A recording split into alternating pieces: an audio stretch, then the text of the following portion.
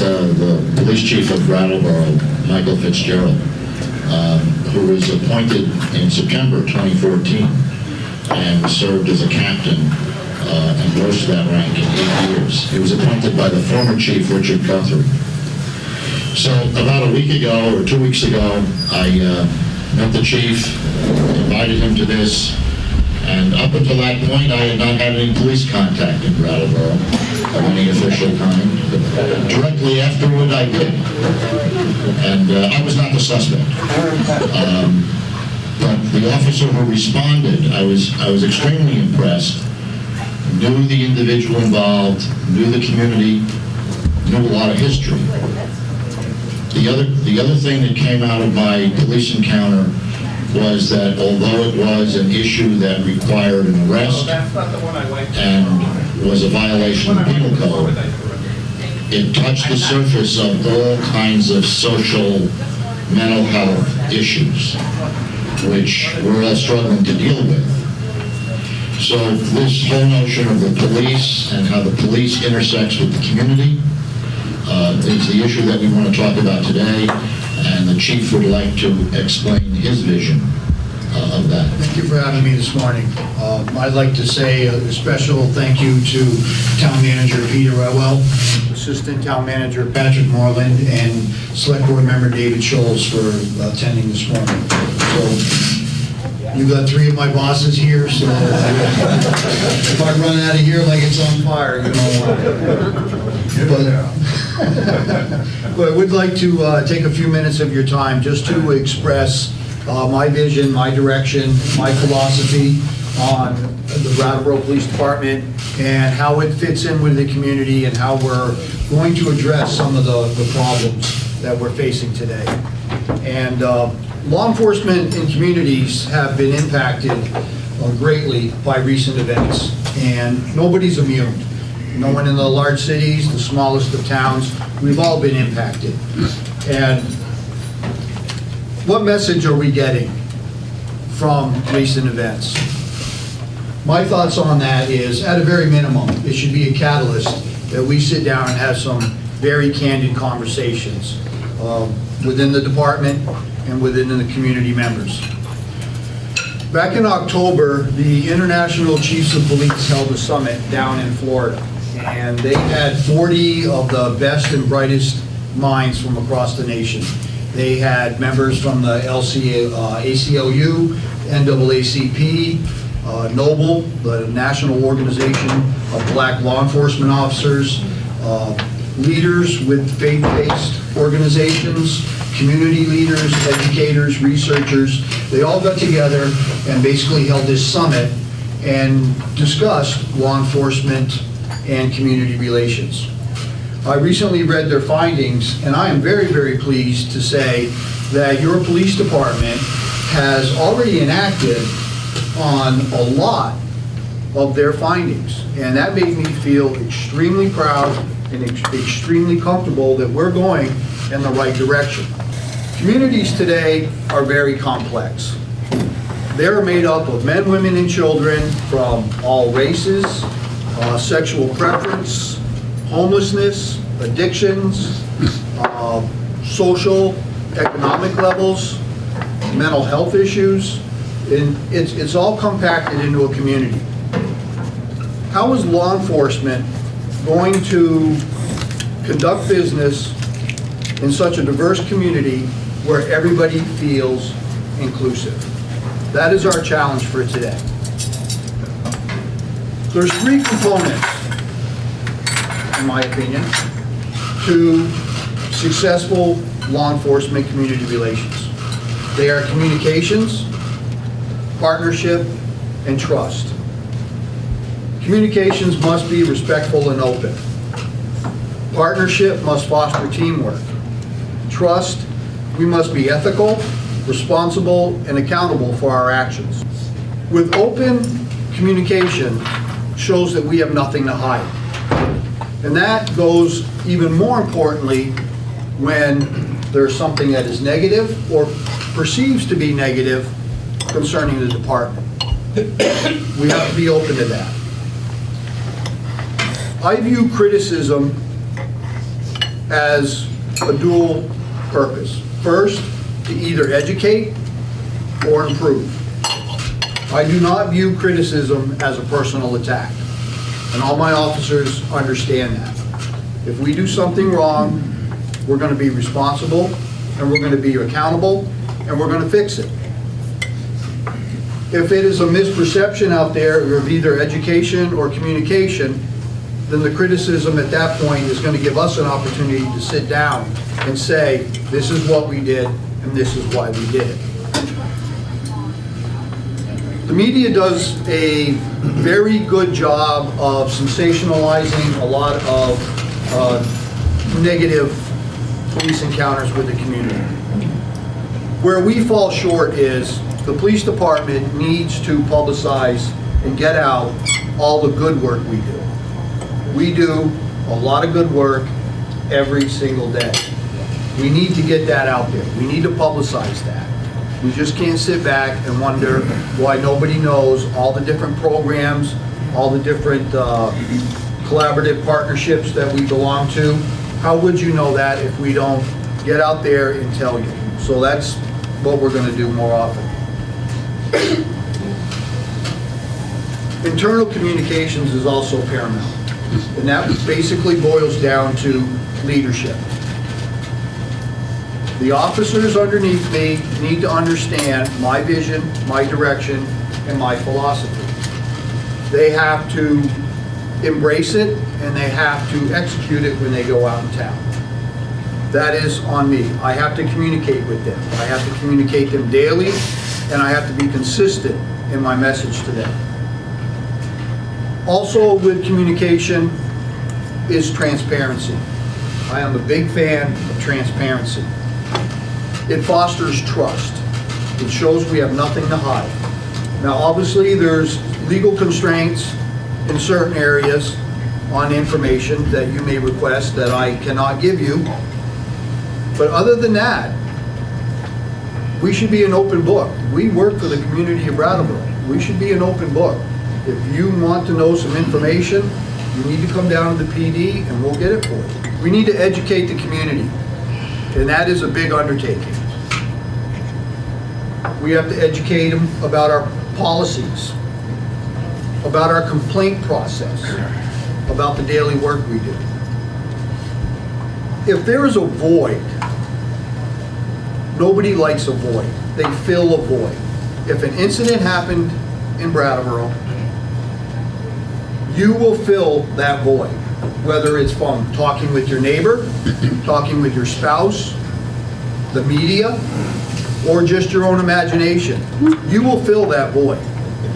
Education will fill that void. And we're going to get out to the community and we're going to talk about all our policies, our daily work, our procedures, and things of that nature.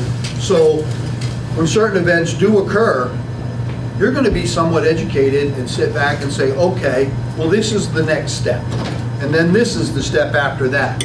So you will know the process, what we're going through. We have to constantly review and define our roles, responsibilities, our priorities, and we have to be aware of our strengths and weaknesses. That's ongoing. That is daily. We have to do that. How I define success is by outcome. I don't define success of the police department by the number of arrests we make, by the number of motor vehicle stops we conduct. Success is going to be defined by you, the people we serve, the citizens of Brattleboro. You are going to determine if we are successful or not. If you feel the streets are safer, if you feel that we have addressed your concerns and fears, then we're successful. And we still have arrests and motor vehicle stops and things of that nature, but let me kill the myth right now. There are no quotas. I don't know if anyone's ever heard about that. There's no Caribbean Cruise Prize at the end of the year for the officer that writes the most tickets. No such thing. No. So basically, we have to measure success within the department. And police work is kind of funny because we don't produce widgets. We don't have a production number and, okay, this is what we're meeting.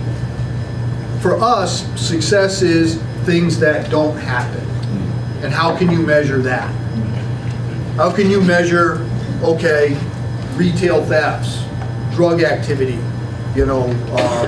motor vehicle violations? So we're kind of, we got to be imaginative because we're trying to measure success by things that didn't happen. We have to be aware of unconscious bias or implicit bias. And basically, that impacts what people perceive or do. And police officers are people, we're human. So we all have unconscious bias. It's present in everyone. What that means is you're making decisions based on fears, feelings, perceptions, or stereotypes. Once again, everybody has it. So the unconscious bias with an officer interacting with the public is the same with the public interacting with the officer. The public will also have implicit bias based on those same factors. And unconsciously, that may be a way they interact with that officer or the officer interacts with the citizen. That is a concern of mine. How do we fix that? Recruitment. The police department should reflect the community. Very, very important. We're looking at our hiring process, our hiring practices, and we're readjusting, revising as necessary. We're expanding our search. Currently, it's on our website at the PD and up at the Vermont Police Academy. We're going a lot further out. With that being said, I really want citizens of Brattleboro to want to work for the Brattleboro Police Department. We have a phenomenal group of citizens here. I really would like to see more Brattleboro residents apply to their department. Our biggest hurdle, if you will, is you have to be 21 to be a police officer. And try to capture or engage that individual by the time they graduate high school at 18 to when they're 21 is sometimes difficult. But that is something we're working on through the high schools and the other educational institutions around town, community colleges and things of that nature. So on recruitment, we're taking a real hard look on our hiring practices and how we're advertising. Training. We have contracted with Vermont Partnership on unconscious bias. We are sending a supervisor to Burlington to a school that's trained a trainer in dealing with unconscious bias and how can you eliminate that, or at least, you're never going to eliminate it because you're going to have it always, but how you can at least be aware that you have it, so when you're dealing with people, you can think about it, you understand that it's there. Policies, we can deal with it through policies. Currently, right now, we're reviewing and revising every single policy that we have down at the police department. Dialogue with the community, and by leadership. We have to review and renew our relationships and our commitment to just and fair policing. I'm very proud of the first thing I did when I got promoted to chief. I had every single member of our department up at the select board meeting, and we all retook our oath of office. That meant the world to me. And it meant a lot to every single officer. They all came up to me afterwards and said, that was fantastic. I'm talking officers that haven't said the oath for 18 or 20 years since they graduated the police academy. We were all up in the select board room. We took our oath. That, you shouldn't go 20 years without renewing your oath. That should be done, at a minimum, in my opinion, yearly. You need to remember why we're here and what we're doing. You have to get back to that. We have to promote cultures of trust. This is not an issue for the police alone. We cannot do it alone. It's not only our problem, and we're not the answer. But we're a spoke in the wheel. We're a very important spoke, simply because of the access that we have on a daily basis with every single individual in this community. The homeless, the people suffering from addiction, social economic levels, religions, sexual preference. Across the board, we encounter it A to Z, 24/7. So we're a good starting point, where if we come across some people that maybe need some help, we have that partnership established. We can say, you need to go see this group. Or we can go to this group and say, you might want to go talk to this individual.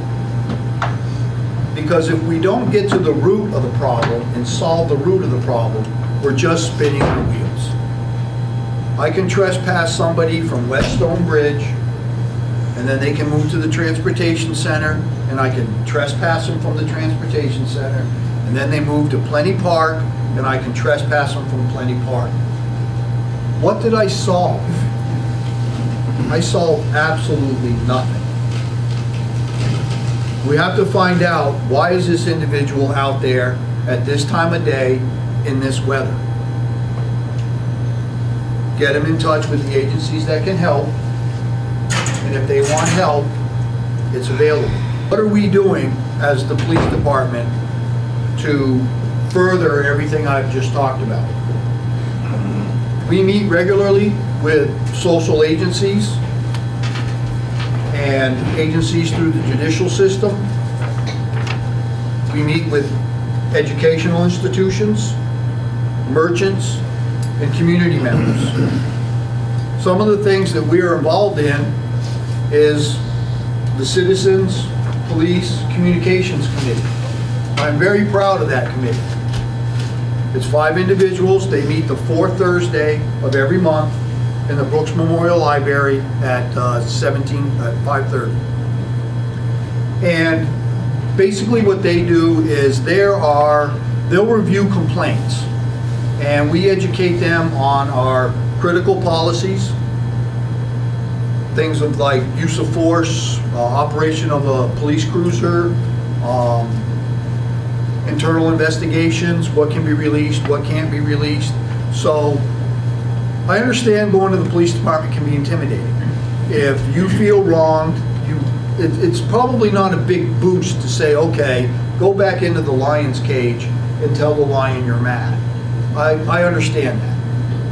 This is perfect, because you can go to the Citizens Police Communication Committee, and you can say, the police came, this is my complaint, it wasn't resolved satisfactorily, what can we do about it? We're at every single one of those meetings, and it's a huge educational meeting.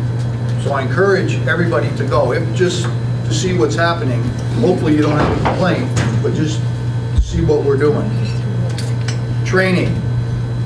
As I mentioned earlier, we're doing a lot of training in certain areas. And this isn't just myself or the deputy chief.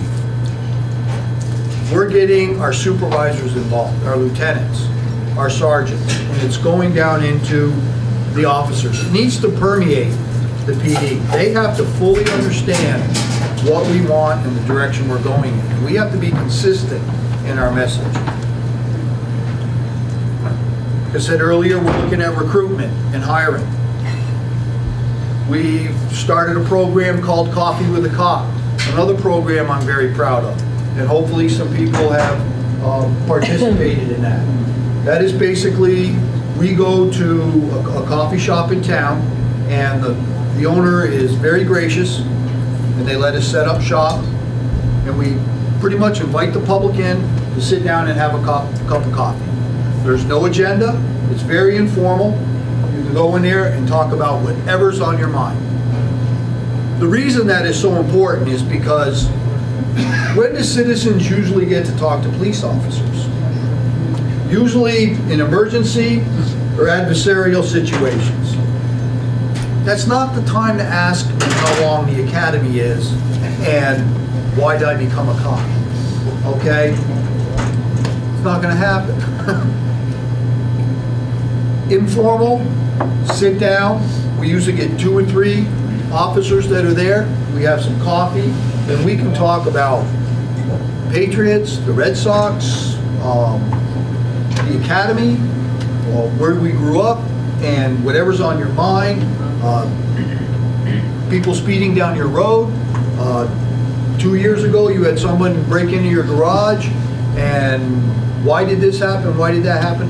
It's very, very informal. And we do take notes, because when this program started, I told the officers, Officer Washburn and Officer Petlock, who were very excited about it, I told them one of the things I want out of this is, if a citizen asks you a question or wants some information, you better get back to them.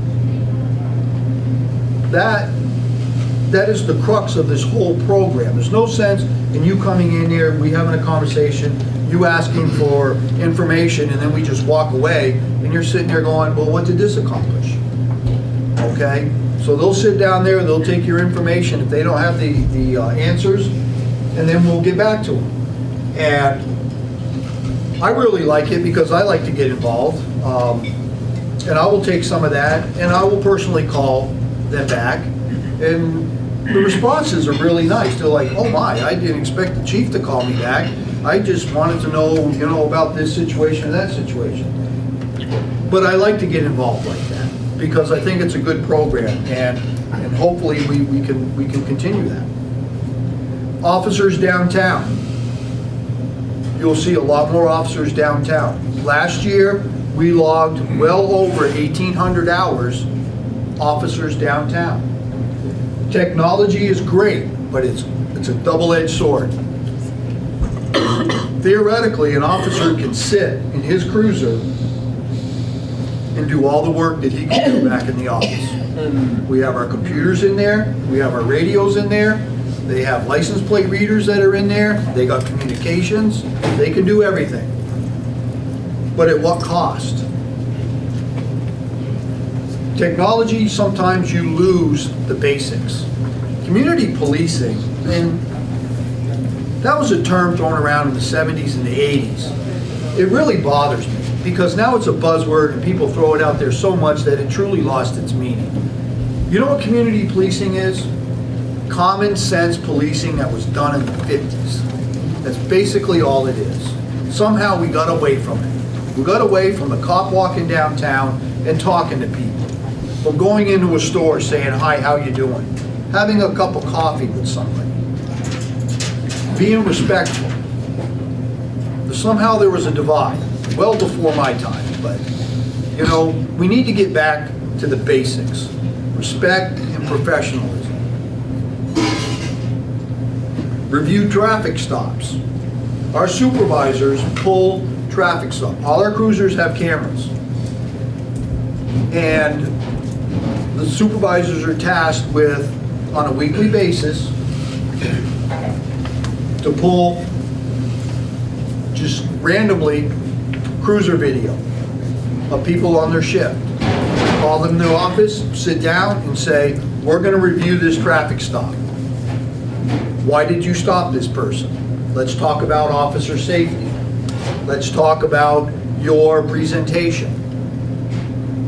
Let's talk about how you treated this person. Let's talk about how this person treated you. And we'll sit and review not all, but traffic stops for everyone that's on their shift. That's very important. Number one, the supervisor in touch of what their people are doing and how they're doing it. And number two, the officers know that we care. on how they conduct their business. So I really like that program. Once again, we're reviewing policies. We have to. Some of the policies we have down there are pretty old, and policing is not the same. It has changed so much over the years.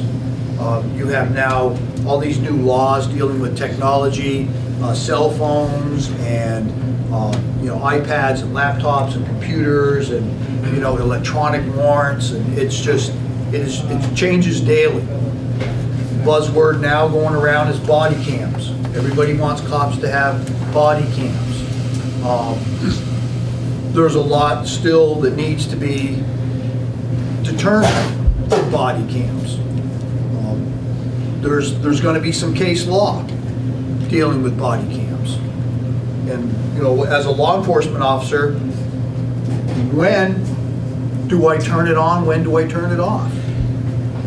Where does your expectation of privacy begin and end when I have a body cam? How long do I have to store that? Now you're talking, budgetary items and fiscal items and things of that nature. If I come to your house for a domestic, and I walk into your house and I'm recorded, that's a concern for the officers and for the homeowner. Do you want a cop walking around your house with a camera? Some people might say, well, you have other people out there screaming and hollering that body cams are great and every cop should have them. They definitely have their pluses. But you also got to look at the big picture, look down the road. I'm in your house at a domestic. Is that going to be recorded? I don't know the answers to that. There's going to be case law, and it's going to be determined in the courts on where your expectation of privacy begins and ends. You got to look at policies. When do I tell the officer to turn them on? When do I tell them to turn them off? Do they go around 24/7? There's still a lot that needs to be determined about that. And lastly, but not least, how we're going to establish community relations with the police department is by leadership. And that's leadership all around. Leadership through the community, leadership through the town, and leadership through the police department. And, I have a saying basically that success happens when opportunity knocks. And opportunity is knocking. We have to take action. We need to get to work. And that's basically in a 15-minute nutshell where I think the police department is, where we need to go, and how we're going to get there. So at this time, I would like to open it up for any questions you might have. I'll have a mic here.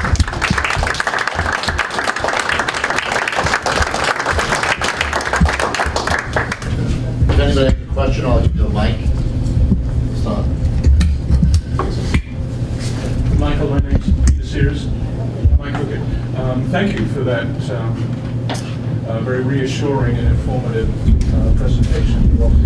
I've got just 3 thoughts I thought I would invite you to comment on in any way that you might choose to. Firstly, Brattleboro sits on an intersection of a major north-south route and an east-west artery, and with implications that carries. We are in a way a gateway to the north, and I wonder how that influences your day. I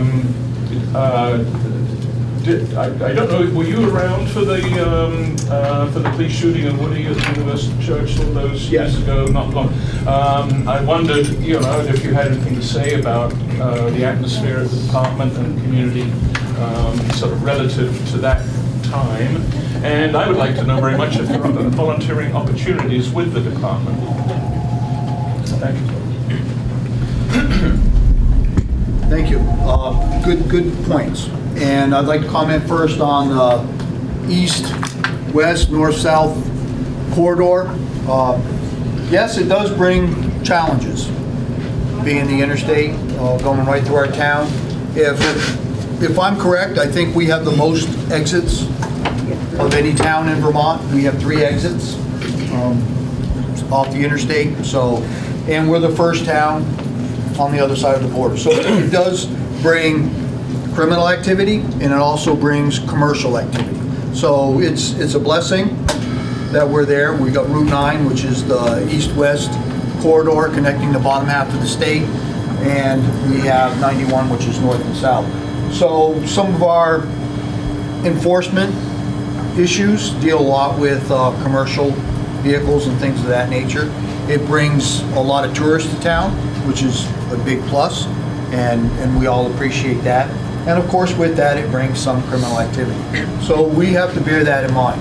We do have people that are trained in commercial vehicle enforcement, so that helps us out there. I mean, we have all seen some of the rigs going through town, and they are big, and our roads aren't that wide, so it does present some unique challenges. Secondly, the Woodward incident.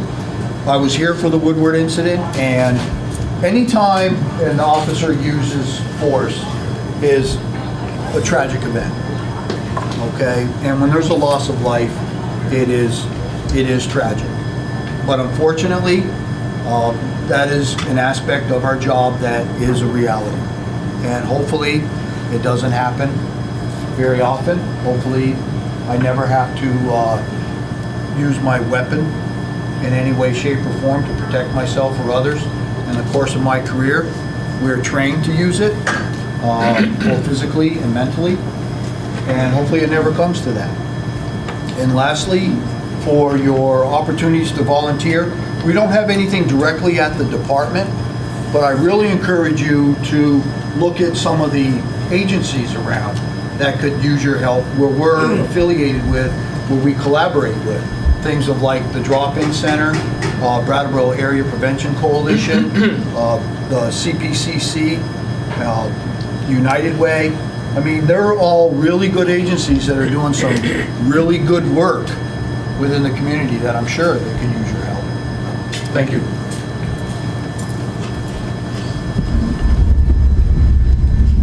I also like to talk a lot. I have a question. It relates to the police facility, but not about funding it. Not to question about that, but if it happens that a new police station or a new renovated building happens on Putney Road, there's also talk that the police would retain a presence downtown, maybe through the transportation center or somewhere. If that happens, what's your vision about that? Is that like 2 officers? Is that 1? Is it like around the clock? Is it just 1 shift? What does that look like to you if that were to happen? Thank you. Good question. The police fire facility is, right now, everything is on the table. So nothing definitive has been done. There's a lot of research that's being done, and there's still a lot of work that needs to be done, especially in the educational point of view from the police. Fire, they pretty much have their buildings ready to go, designed out, things of that nature. Police, we're looking at a lot of different options. So I'm really sorry, I don't have a definitive answer for you on whether we're going on Putney Road, whether we're staying at 230. We're looking at everything. And of course, we're looking at cost, we're looking at accessibility for the citizens. Everything is on the table on that. And with that being said, you're right. It was also mentioned that there may be a police presence downtown. Once again, nothing's definitive. How would that look? We would have to sit down and basically look at saying, okay, what would be the cost to set up a shop down there, the manning, the hours, things of that nature. I wouldn't say it would be 24/7, because later in the evenings, I would much rather have my officers in certain areas of the town that will require a little bit more attention. But during the daytime into the twilight, there's still enough activity down at the transportation center that we could certainly look at the feasibility of keeping someone down there. But I want to emphasize, nothing's definitive yet. It's all in the what if. And, you know, we welcome any ideas, any recommendations that you might have, because we need them, you know? Thank you. Thank you.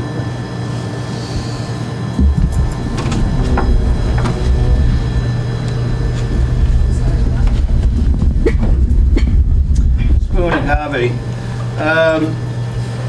I really have enjoyed hearing all the things you've been saying. Thank you. It's very refreshing. Don't know whether these attitudes never existed, or perhaps former police chiefs just never felt like talking about it, but it is nice to hear it now.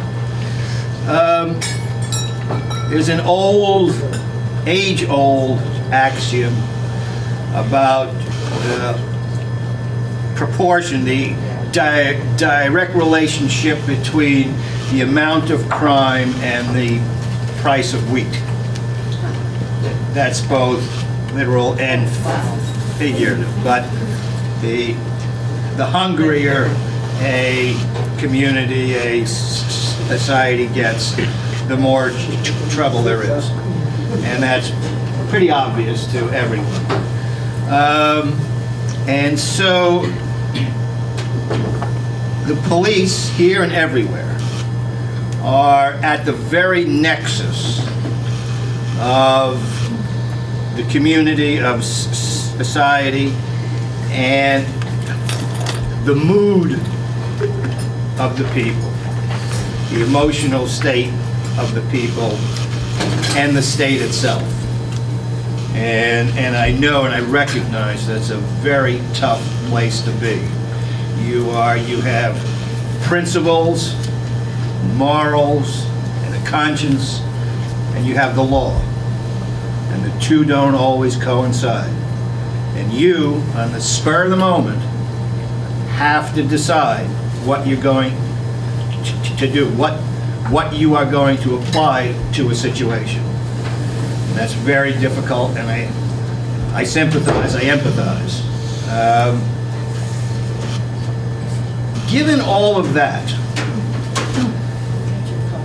would it be reasonable to have a greater degree of citizen impact that might include not just a review, what's the name of our local citizen police?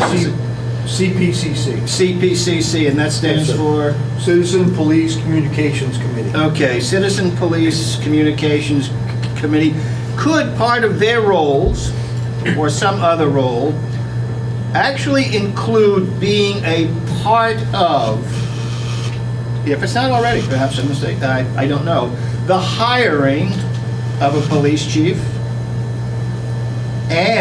or having the power to call for a review of the police chief or the department. Only those two, perhaps only the department, but maybe the, recognizing that the tenor of policing is a pattern that generally reflects leadership.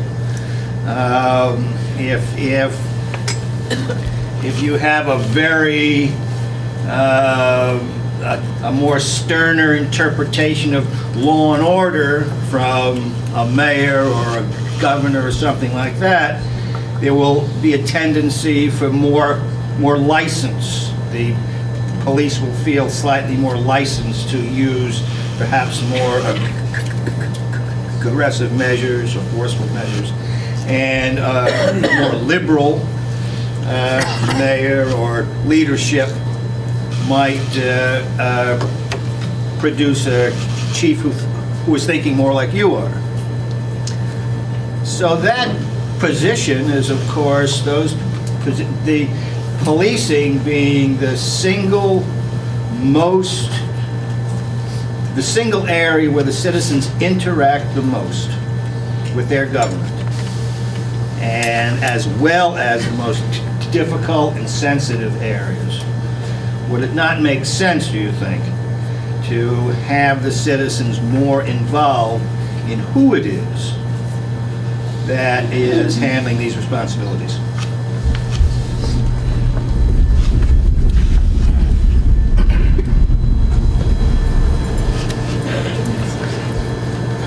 Excellent concerns, and I appreciate the concerns. I can speak about my hiring process.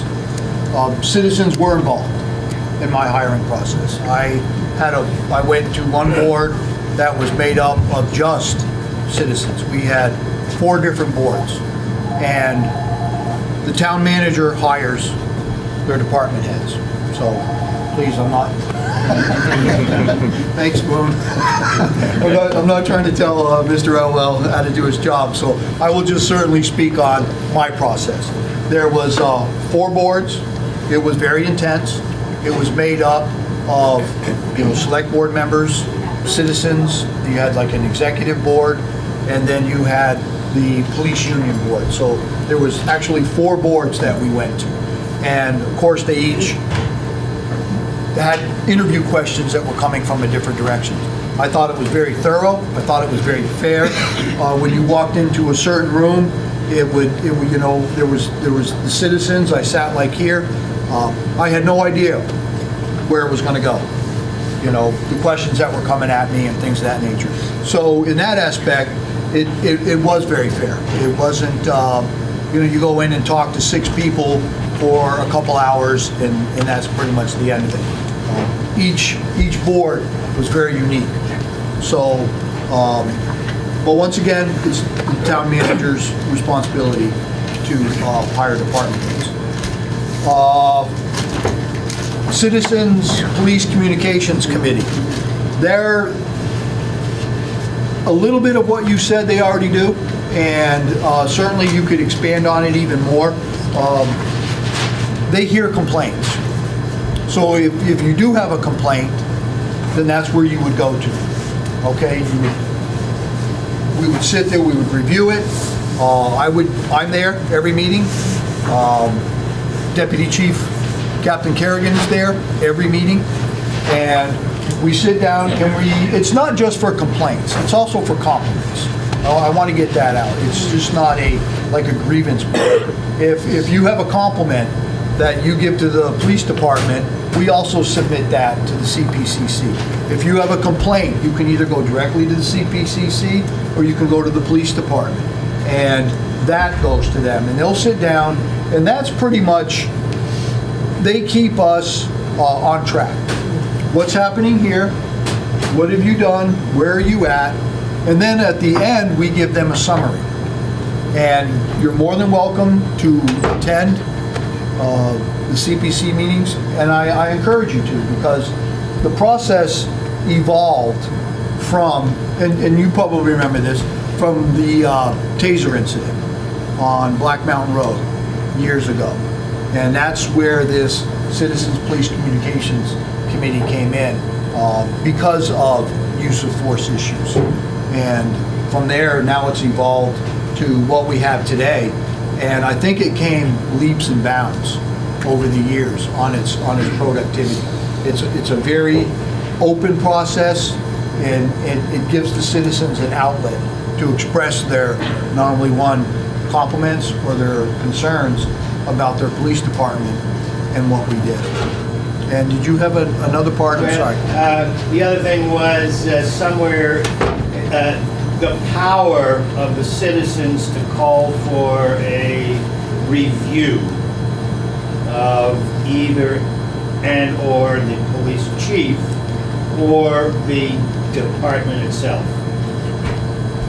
which would probably occur, well, who knows when it would occur. But, I'm not sure. I'm just looking for ways in which there can somehow be that social issues can be addressed and worse things avoided through more meaningful dialogue. In other words, something that can occur where the people at the table just can't walk away and say, well, okay, thanks, I've heard what you have to say, goodbye. But actually something would have to be resolved, or have to come out of it. I don't know what I'm searching for here. Right. But some more control by the public itself. I don't think we would need another standing committee of something of that nature. If there was an incident that raised to that level, I'm sure the town manager and the assistant town manager would be aware. I'm sure that they would hear the citizens. And that goes back to what I was talking about earlier, about communications and trust, where we have this open dialogue, we're transparent. So if an incident does occur that happens to that level, I am almost positive, not almost, I am positive, that there would be a review. There would be There was tough an questions asked that I would be held accountable. If I may refer back to a moment ago, that there was reference made to the Woodward incident. Now, that was a case, it was an extreme event, and the review went to the state. And the state ended up saying, you did the right thing, the department acted within its bounds. Well, perhaps by state law it did. That doesn't say, but state law is not always acceptable. But it never, once the state said it was okay, the dialogue was basically cut off. And the citizens themselves no longer had much anywhere to resolve. It was resolved for us and not necessarily satisfactory. It was taken out of our hands. I don't know how else it may have gone if there was a different kind of review. There's always going to be a state review, and Well, there always will right. be. And basically what they look at is, was there any criminal conduct? And when they came back and said, no, there was no criminal conduct, it was considered a justifiable shooting. That's what the state looks for on that. Either you go forward with criminal charges or it was a justifiable shooting. As to the dialogue afterwards, I was a patrolman then, so I didn't have a lot of pull. But I don't want to sound like a broken record, and I think that's where we have to have this trust in this communications to where, okay, there was an incident that rose to that level. I most certainly would get with the administration of the town manager, and we would sit down and we would discuss what is best for Brattleboro. Where are we going to go from here? How can we sit down and talk this? How can we have open communications with individuals? And I know that probably doesn't satisfy you, but that's all I have. That answer goes towards that's a good response. You may not always be the chief. So how could the next chief that succeeds you at some point might not say, well, listen, the state ruled, it's done. I don't want to talk anymore. How can the citizens, is that where it ends, or how can the citizens continue the conversation? I guess that would be something you'd have to take up with the political body of the town to say, how can we have this type of review in these incidences and make it a policy of the town? That way, whoever's a police chief, they have to adhere to that. Thank you. So I'm saying that we have at least 3 people who have questions, and we're probably less than 3 minutes to the If we stay bell. past 9, can Mike cover all of our parking tickets? That's Patrick. How do we negotiate this? I don't know if Chris is still around. We only have the room till 9 o'clock. 2 minutes up. So, and it's creeping on to Have to come 9. next month. You want to take one more? Sure, I'll take as many as you like. One more. Ryan. Orion, by acclamation. Thanks very much. I'm Ryan Barber. I was very interested in reading about the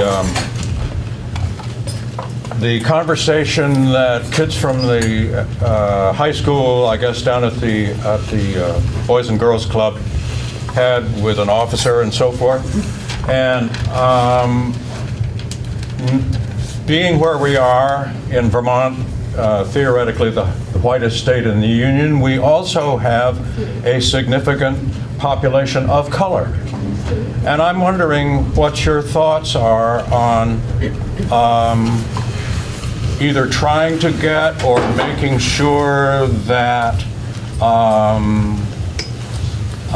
candidates would be fairly looked at getting an officer of color on the force.